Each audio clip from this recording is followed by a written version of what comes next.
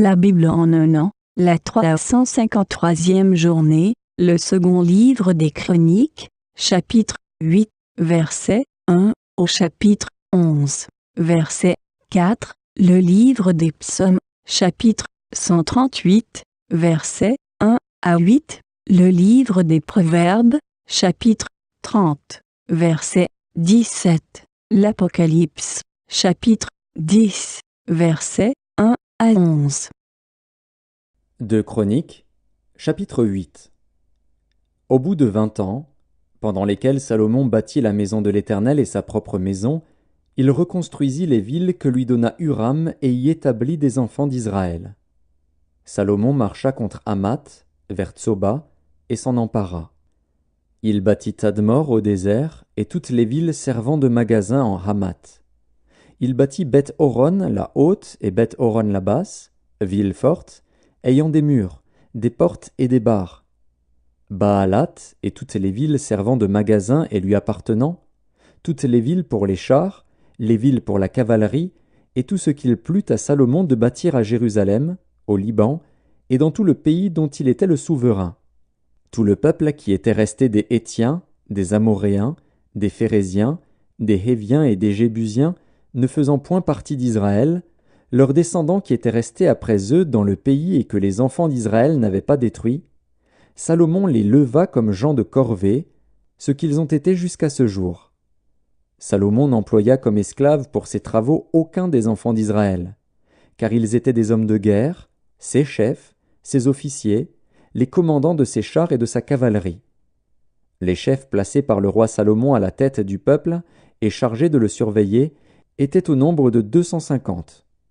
Salomon fit monter la fille de Pharaon de la cité de David dans la maison qu'il lui avait bâtie, car il dit « Ma femme n'habitera pas dans la maison de David, roi d'Israël, parce que les lieux où est entrée l'arche de l'Éternel sont saints. » Alors Salomon offrit des holocaustes à l'Éternel sur l'autel de l'Éternel, qu'il avait construit devant le portique. Il offrait ce qui était prescrit par Moïse pour chaque jour, pour les sabbats, pour les nouvelles lunes et pour les fêtes, 3 fois l'année, à la fête des pains sans levain, à la fête des semaines et à la fête des tabernacles. Il établit dans leurs fonctions, telles que les avait réglées David, son père, les classes des sacrificateurs selon leur office, les Lévites selon leur charge, consistant à célébrer l'Éternel et à faire jour par jour le service en présence des sacrificateurs, et les portiers distribués à chaque porte d'après leur classe. Car ainsi l'avait ordonné David, homme de Dieu.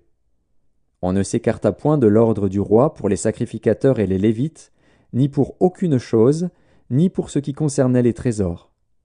Ainsi fut dirigée toute l'œuvre de Salomon, jusqu'au jour où la maison de l'Éternel fut fondée et jusqu'à celui où elle fut terminée. La maison de l'Éternel fut donc achevée. Salomon partit alors pour Edjon-Guéber et pour Élot, sur les bords de la mer, dans le pays d'Édom. Et Huram lui envoya par ses serviteurs des navires et des serviteurs connaissant la mer. Ils allèrent avec les serviteurs de Salomon à Ophir, et ils y prirent 450 talents d'or, qu'ils apportèrent au roi Salomon. 2 Chroniques, chapitre 9. La reine de Séba apprit la renommée de Salomon, et elle vint à Jérusalem pour l'éprouver par des énigmes. Elle avait une suite fort nombreuse, et des chameaux portant des aromates, de l'or en grande quantité et des pierres précieuses. Elle se rendit auprès de Salomon, et elle lui dit tout ce qu'elle avait dans le cœur. Salomon répondit à toutes ses questions, et il n'y eut rien que Salomon ne sût lui expliquer. La reine de Séba vit la sagesse de Salomon, et la maison qu'il avait bâtie, et les mets de sa table, et la demeure de ses serviteurs, et les fonctions et les vêtements de ceux qui le servaient, et ses échansons et leurs vêtements, et les degrés par lesquels on montait à la maison de l'Éternel. Or d'elle-même, elle dit au roi, « C'était donc vrai ce que j'ai appris dans mon pays au sujet de ta position et de ta sagesse. Je ne croyais pas ce qu'on en disait, avant d'être venu et d'avoir vu de mes yeux. Et voici, on ne m'a pas raconté la moitié de la grandeur de ta sagesse. Tu surpasses ce que la renommée m'a fait connaître. Heureux tes gens, heureux tes serviteurs, qui sont continuellement devant toi et qui entendent ta sagesse. Béni soit l'Éternel, ton Dieu, qui t'a accordé la faveur de te placer sur son trône comme roi pour l'Éternel, ton Dieu. C'est parce que ton Dieu aime Israël et veut le faire subsister à toujours qu'il t'a établi roi sur lui pour que tu fasses droit et justice. Elle donna au roi 120 talents d'or, une très grande quantité d'aromates et des pierres précieuses. Il n'y eut plus d'aromates tels que ceux donnés au roi Salomon par la reine de Séba. Les serviteurs de Huram et les serviteurs de Salomon, qui apportèrent de l'or d'Ophir, amenèrent aussi du bois de santal et des pierres précieuses. Le roi fit avec le bois de santal des escaliers pour la maison de l'Éternel et pour la maison du roi, et des harpes et des luttes pour les chantres. On n'en avait pas vu de semblable auparavant dans le pays de Juda. Le roi Salomon donna à la reine de Séba tout ce qu'elle désira, ce qu'elle demanda, plus qu'elle n'avait apporté au roi. Puis elle s'en retourna et alla dans son pays, elle et ses serviteurs. Le poids de l'or qui arrivait chaque année à Salomon était de 666 talents d'or, outre ce qu'il retirait des négociants et des marchands qui en apportaient, de tous les rois d'Arabie et des gouverneurs du pays, qui apportaient de l'or et de l'argent à Salomon. Le roi Salomon fit 200 grands boucliers d'or battus, pour chacun desquels il employa 600 cycles d'or battus, et 300 autres boucliers d'or battus, pour chacun desquels il employa 300 cycles d'or. Et le roi les mit dans la maison de la forêt du Liban. Le roi fit un grand trône d'ivoire, et le couvrit d'or pur. Ce trône avait 6 degrés, et un marchepied d'or attenant au trône. Il y avait des bras de chaque côté du siège. 2 lions étaient près des bras, et 12 lions sur les 6 degrés de part et d'autre. Il ne s'est rien fait de pareil pour aucun royaume. Toutes les coupes du roi Salomon étaient d'or, et toute la vaisselle de la maison de la forêt du Liban était d'or pur. Rien n'était d'argent, on n'en faisait aucun cas du temps de Salomon. Car le roi avait des navires de Tarsis naviguant avec les serviteurs de Huram. Et tous les 3 ans arrivaient les navires de Tarsis, apportant de l'or et de l'argent, de l'ivoire, des singes et des paons. Le roi Salomon fut plus grand que tous les rois de la terre par les richesses et par la sagesse. Tous les rois de la terre cherchaient à voir Salomon pour entendre la sagesse que Dieu avait mise dans son cœur. Et chacun d'eux apportait son présent, des objets d'argent et des objets d'or, des vêtements, des armes, des aromates, des chevaux et des mulets, et il en était ainsi chaque année. Salomon avait 4000 crèches pour les chevaux destinés à ses chars, et 12 000 cavaliers qu'il plaça dans les villes où il tenait ses chars et à Jérusalem près du roi. Il dominait sur tous les rois, depuis le fleuve jusqu'au pays des Philistins et jusqu'à la frontière d'Égypte. Le roi rendit l'argent aussi commun à Jérusalem que les pierres, et les cèdres aussi nombreux que les sycomores qui croissent dans la plaine. C'était de l'Égypte et de tous les pays que l'on tirait des chevaux pour Salomon. Le reste des actions de Salomon, les premières et les dernières, cela n'est-il pas écrit dans le livre de Nathan, le prophète, dans la prophétie d'Akija de Silo, et dans les révélations de Jéhédo, le prophète sur Jéroboam, fils de Nebat? Salomon régna 40 ans à Jérusalem sur tout Israël. Puis Salomon se coucha avec ses pères, et on l'enterra dans la ville de David, son père.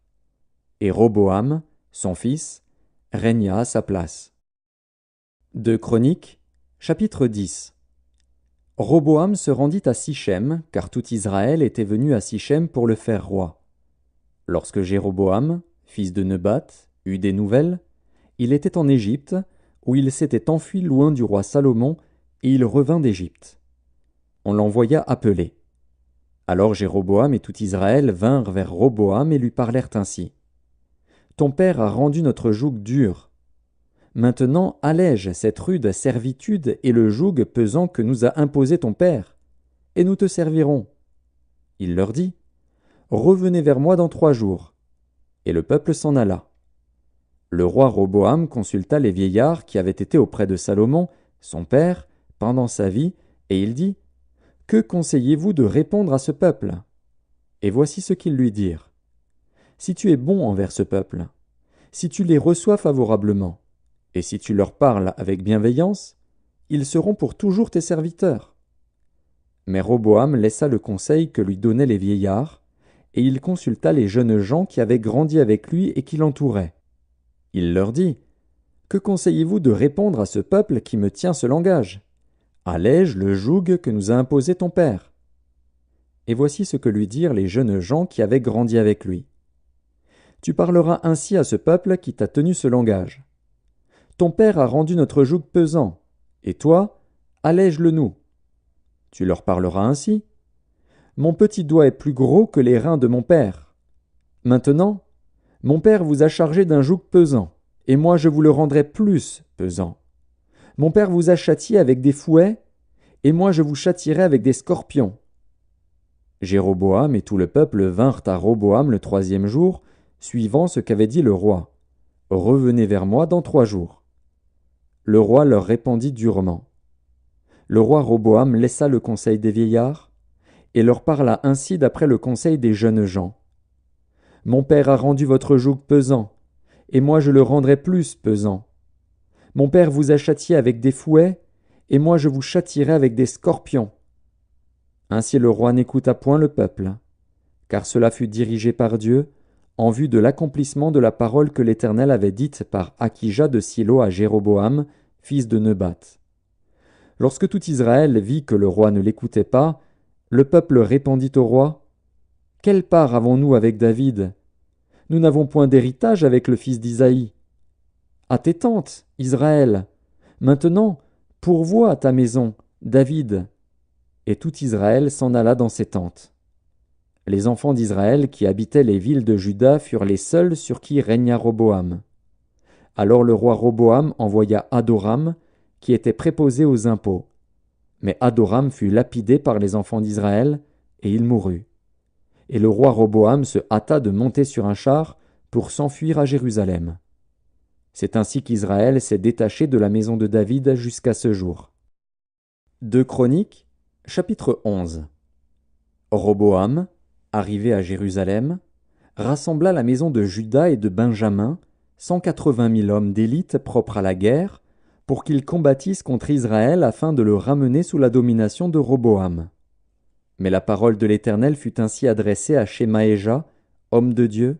« Parle à Roboam, fils de Salomon, roi de Juda, et à tout Israël en Juda et en Benjamin, et dis-leur: Ainsi parle l'Éternel. Ne montez point, et ne faites pas la guerre à vos frères.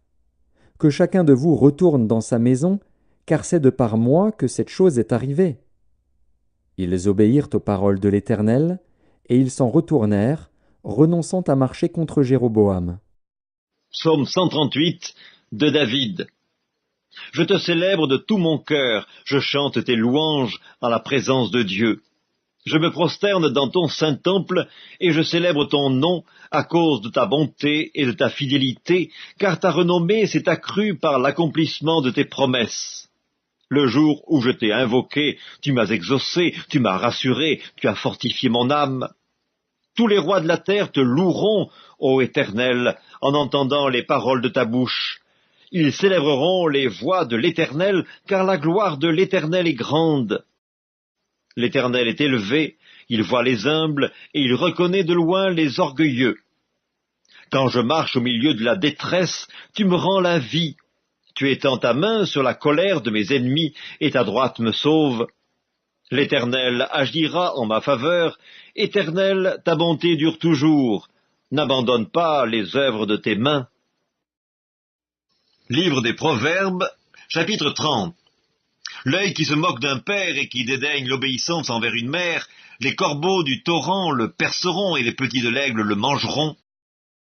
Apocalypse de Jean, chapitre 10. Je vis un autre ange puissant, qui descendait du ciel enveloppé d'une nuée.